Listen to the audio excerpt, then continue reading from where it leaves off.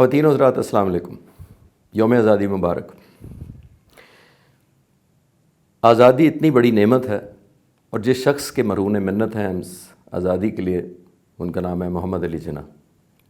میں ایک چھوٹا سا ان کا پرستار ہوں اور ان کی گزارشات ان کے بارے میں میرے لیے فخر ہوتا ہے۔ واقعہ میں یوں سناتا چلوں کہ آخری دنوں میں زیارت میں تھے اور بیمار تھے، کھانا پینا چھوڑ دیا تھا، بہت کم کھاتے تھے، اور ڈاکٹروں نے فاطمہ جناح کو مشورہ دیا کہ اگر قائد اعظم نے کھانا پینا نہ شروع کیا تو ان کی زندگی کو بیماری سے زیادہ کمزوری سے خطرہ ہے۔ فاطمہ جناح پریشان ہوئی، سوچا کیا کریں۔ اے ڈی سی نے مشورہ دیا کہ لاہور میں ایک کوک ہے ممدوٹ ہاؤس میں، جب قائد اعظم لاہور تشریف لے جاتے ہیں تو وہاں پہ وہ ممدوٹ ہاؤس سے باورچی آ کے ان کے لیے کھانا بناتا ہے، تو کیوں نہ ان کے پسندیدہ باورچی کو جہاز پہ کوئٹہ بلایا جائے اور یہاں پہ وہ کھانا بنائے ان کے لیے۔ مسئلہ یہ تھا کہ اگر قائد اعظم کو بتا کے اجازت لی جاتی تو پتہ تھا کہ اجازت نہیں ملنی۔ اس کو جہاز پہ بلایا گیا۔ اس شیف کو فاطمہ جناح نے کہا جب وہ پہنچا کہ سب سے پسندیدہ قائد اعظم کا کھانا بناؤ اور جو سب سے اچھا تم بنا سکتے ہو۔ بغیر بتائے بھائی کو کھانا بنایا گیا، بہن کھانا اندر لے گئی اور بھائی سے بڑی ضد کی کہ چکھ لیں۔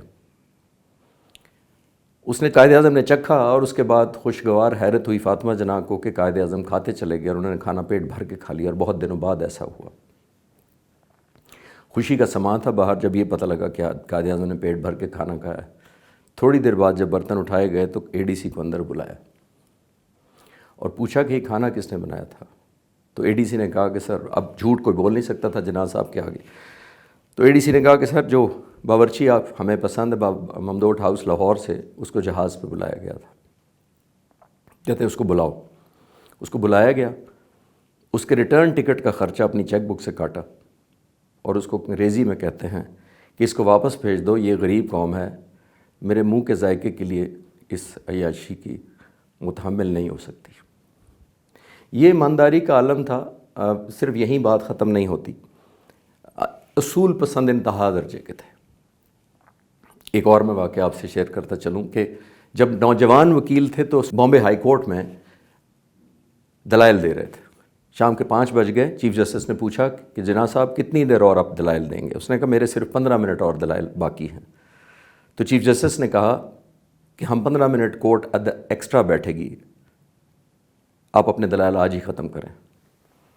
تو جناح صاحب نے کہا کہ نہیں، میں ٹھہر نہیں سکتا کیونکہ میں نے جانا ہے۔ اس نے کہا کیوں جانا ہے جب ہم سارے جج بیٹھنے کو تیار ہیں؟ انہوں نے کہا جج صاحب میری دوسری اپوائنٹمنٹ بھی ہے۔ جج صاحب کو بہت برا لگا اور انہوں نے کہا مسٹر جناح ہم سب کی دوسری اپوائنٹمنٹس بھی ہیں۔ تو اتنے بہادر تھے۔ Chief justice Bombay high court کو کہتے ہیں کہ مائی لارڈ، آپ کے اور میرے درمیان یہی فرق ہے کہ میں اپنی اپوائنٹمنٹس کو آنر کرتا ہوں۔ لیکن یہاں بات ختم نہیں ہوتی۔ یہ ینگ وکیل تھے اور دوسروں کی اپوائنٹمنٹس کا اتنا خیال رکھتے تھے۔ جب پاکستان کے گورنر جنرل بنے تو اپنے درزی کو ایک ہاتھ سے رکا لکھ کے بھیجا کہ مجھے 2:30 بجے آج ملاقات کرو، لیکن اگر تم نہیں آ سکتے تو میرے اے ڈی سی سے کوئی اور اپوائنٹمنٹ لے لو۔ یہ وہ شخص ہے جو اپنے سٹاف کے ذریعے اپنے درزی کو بھی نہیں بلاتا، اپنا پرسنل چٹ بھیجتا ہے، اور یہ اس کو اہمیت دیتا ہے کہ اگر تم نہیں آ سکتے تو دوسری اپوائنٹمنٹ لے لو۔ ایمانداری کا یہ عالم تھا کہ اتنے مشہور وکیل تھے کہ فیس اپنی ایڈوانس لیتے تھے جب مقدمہ پڑھ لیتے تھے۔ جب یہ سمجھتے تھے کہ یہ سچا کیس ہے تو لڑتے تھے اور 100% فیس ایڈوانس لیتے تھے۔ ایک دفعہ ایک ہندو کلائنٹ آیا ان کے پاس اور اس نے کہا کہ آپ میرا مقدمہ لڑے۔ دیکھنے کے بعد حامی بھری اور سارے پیسے ایڈوانس لے لیے، اور اسے کہا کہ میں 10 پیشیوں میں تمہارا مقدمہ ختم کر سکتا ہوں اور ہر پیشی کا میں 500 روپیہ لوں گا، اور اس زمانے میں یہ بہت بڑی رقم تھی۔ وہ ہندو کلائنٹ بڑا امیر تھا، اس نے فوراً 5000 روپے دے دیے ایڈوانس۔ قائد اعظم نے مقدمہ لڑا اور 10 کی بجائے 3 پیشیوں میں مقدمہ ختم کر دیا اور جیت لیا۔ جب وہ قائد اعظم کے پاس آیا خوشی سے، قائد اعظم نے 3500 روپیہ جو پیشیاں نہیں ہوئی تھی اس کو واپس کرنے کی کوشش کی، تو اس کلائنٹ نے انکار کر دیا اور اس نے کہا کہ آپ سے میرا 10 پیشیوں کا سمجھوتا تھا، یہ آپ کی مہارت ہے پیشہ ورانہ جس کی وجہ سے آپ نے یہ مقدمہ 10 کی بجائے 3 پیشیوں میں ختم کر دیا ہے، تو یہ آپ پیسے رکھیں۔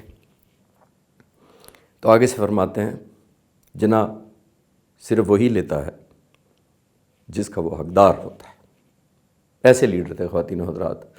پاکستان کی قدر کیجئے، آزادی کی قدر کیجئے۔ پاکستان پائندہ باد۔